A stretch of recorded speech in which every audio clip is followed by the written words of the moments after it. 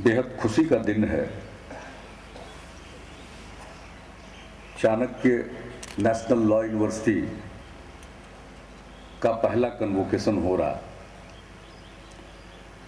मुझे आज भी अच्छी तरह याद है जब 2006 में 15 अगस्त के दिन इस विश्वविद्यालय का उद्घाटन हुआ था और मुझे उस समारोह में उपस्थित होने का अवसर मिला था। 14 अगस्त को ही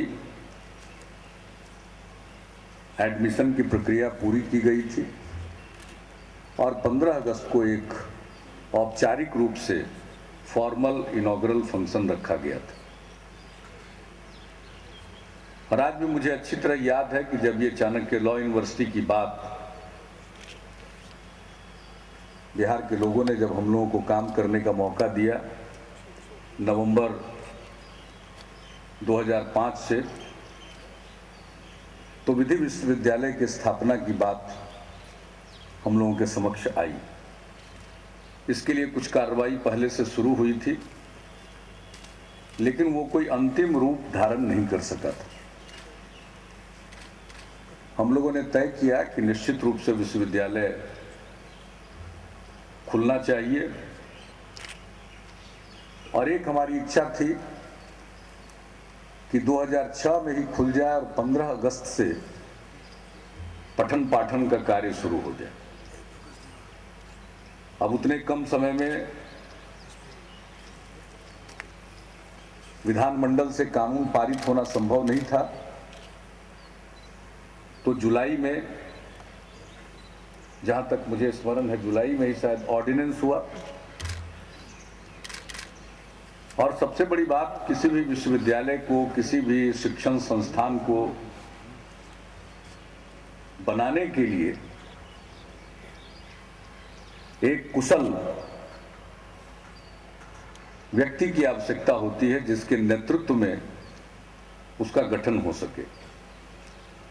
तो हम लोग इसमें खुशकिस्मत थे कि लक्ष्मीनाथ जी हम लोगों को मिल गए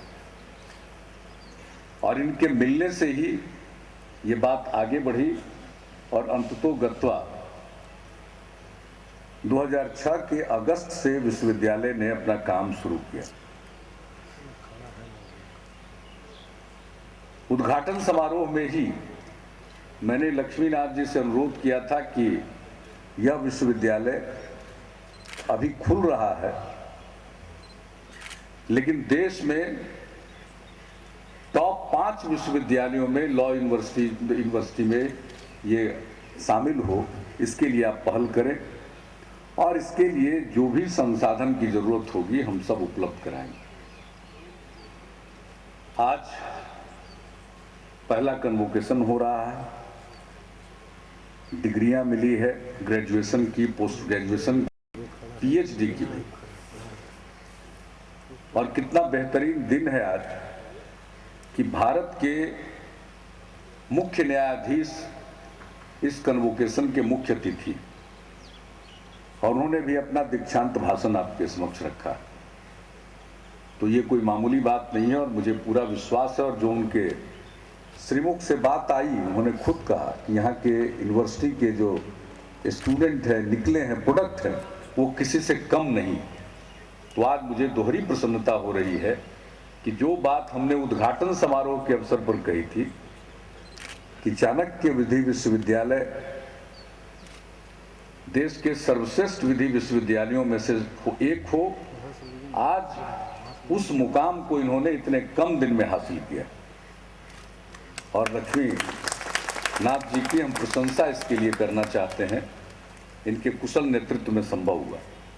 बाकी पटना हाईकोर्ट के जो भी मुख्य न्यायाधीश रहे, सबों ने मार्गदर्शन किया। कई अनेक माननीय न्यायाधीशों ने मार्गदर्शन किया। अजय त्रिपाठी जी इसमें लगे रहे सदैव, सब लोगों की भूमिका। और आज इन्हीं के काम की उपलब्धि है कि सब हम लोग इस दीक्षांत समारोह में शामिल हो रहे हैं। ये विश्वविद्यालय और तरक्की करे। हमने तो पहले कहा था कि सर्वश्रेष्ठ में से एक हो, लेकिन आज मैं उत्साहित हूं, इसलिए लक्ष्मी नाथ जी से इतना मैं कहूंगा कि अब इसको सर्वश्रेष्ठ विधि विश्वविद्यालय आप बना डालें। जब इतने कम समय में मुझे बताया गया है कि सुप्रीम कोर्ट में यहाँ के 5 प्रोडक्ट जुडिशियल क्लर्क्स हैं, ये कोई मामूली बात नहीं। तो इसकी तो बहुत संभावना है, हर क्षेत्र में यहाँ के स्टूडेंट आगे निकलेंगे, इसका मुझे पक्का भरोसा है। एक वाकया मुझको और याद है, जब पहली बार लक्ष्मीनाथ जी से मुलाकात हमारी हुई और हम लोगों ने तय कर लिया था कि इस विश्वविद्यालय का नाम चाणक्य राष्ट्रीय विधि विश्वविद्यालय, चाणक्य नेशनल लॉ यूनिवर्सिटी होगा। तो इन्होंने कहा कि भाई ये लॉ यूनिवर्सिटी, इसमें चाणक्य का नाम आपने क्यों दिया?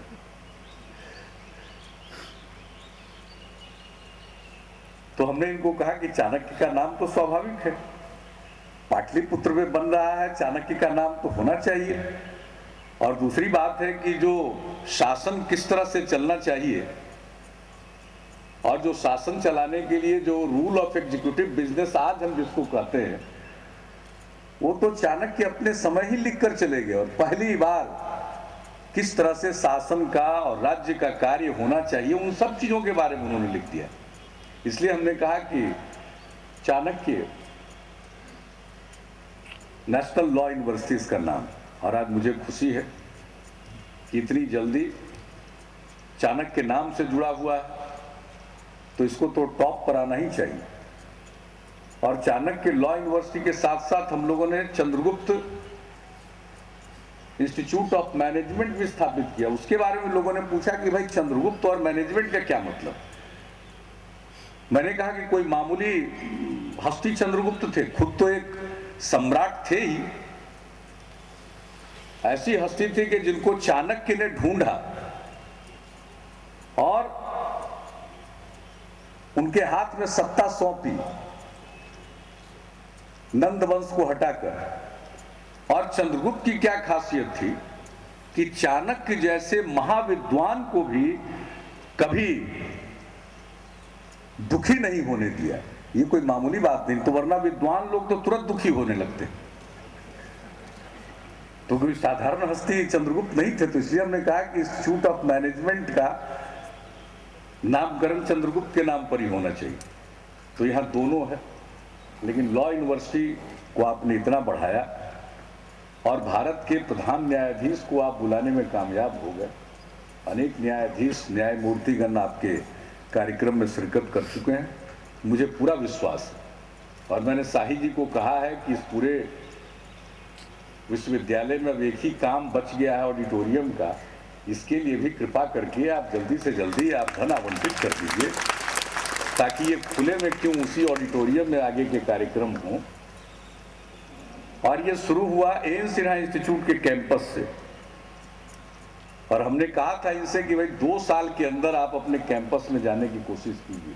मुझे खुशी है 2 से 3 साल के अंदर ये कैंपस में चले आए थे। और आज चाणक्य विधि विश्वविद्यालय के, राष्ट्रीय विधि विश्वविद्यालय के कैंपस में हमारी एक और संस्था चल रही है, आर्यभट्ट नॉलेज यूनिवर्सिटी।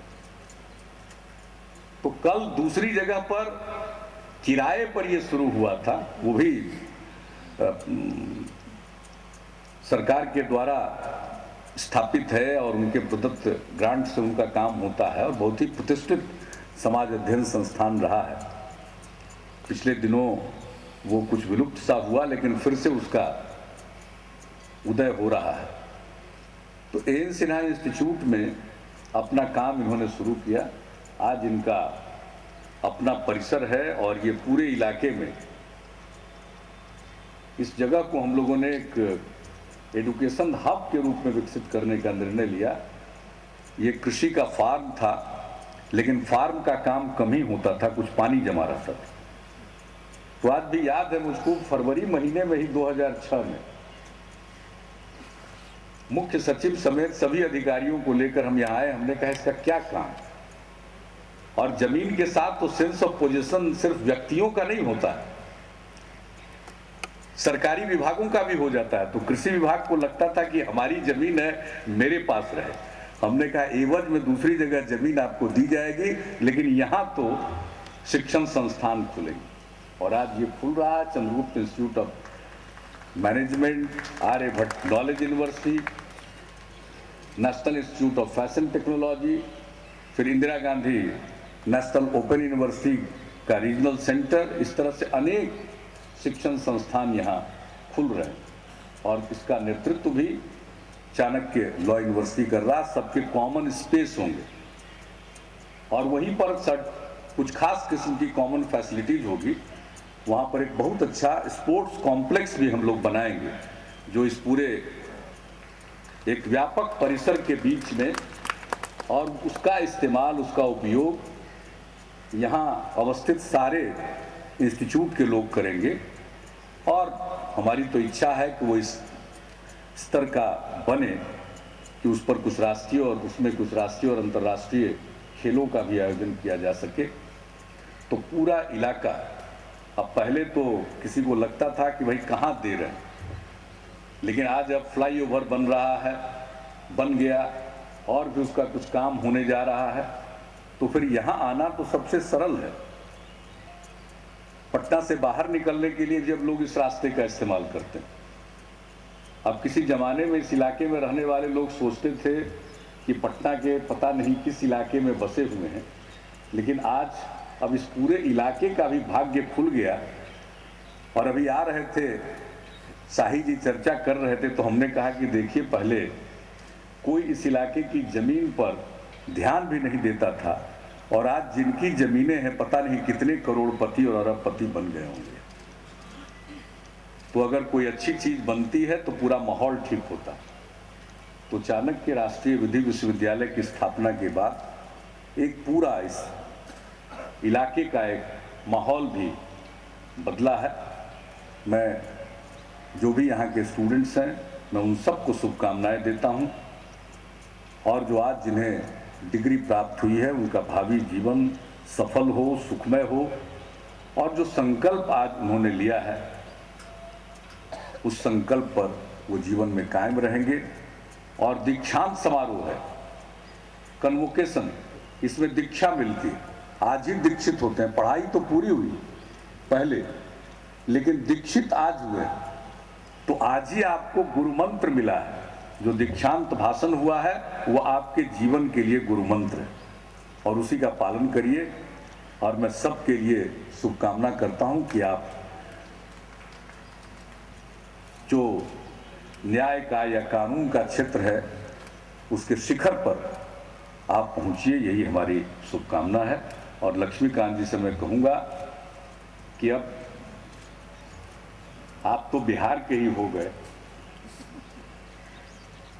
और अब यहां से जाने के बारे में आप मत सोचिएगा, अब यहीं रहिएगा।